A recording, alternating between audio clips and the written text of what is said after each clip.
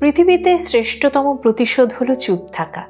যে বা যারা তোমায় দিনরাত কথায় কথায় ছোট করে চলেছে অনবরত, তোমার ভালোবাসাকে বারবার হাসির খোরাক বানিয়ে অন্যদের আনন্দ দিচ্ছে নিজেকে মহান বানানোর জন্য, তোমার একটু মজা করে হেসে বলা কথাগুলোও যেখানে সামনে থাকা মানুষটির কাছে বিরক্তের কারণ হয়ে উঠছে, সেই সমস্ত জায়গা থেকে নিজেকে সরিয়ে নিয়ে আসতে হয়। যেখানে তোমার কথার দাম থাকে না, তোমার পছন্দ অর্থাৎ তুমি যাকে মন থেকে নিজের মনে করো সেই মানুষটাও যখন তোমায় অবজ্ঞা অবহেলার সাগরে ভাসিয়ে দেয়, সেখানে না থাকাটাই ভালো। কারণ তুমি যেমন তেমনটাই তুমি ভালো, অন্য কারোর জন্য নিজেকে বদলাতে নেই। আর যে বা যারা তোমার উপস্থিতিতে অস্বস্তি বোধ করে, তাহলে সেখানে নীরব থেকে আস্তে আস্তে দূরে সরে আসাটাই বেশি ভালো।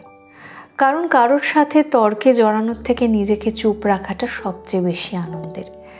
সেই জন্য নিজেকে নীরব রাখতে শিখুন আর ধৈর্য ধরুন। দেখবেন সময় ঠিক তার সময় মতো সব কিছু ফিরিয়ে দেবে। কলমে আকাশ রায়, কণ্ঠে পারমিতা।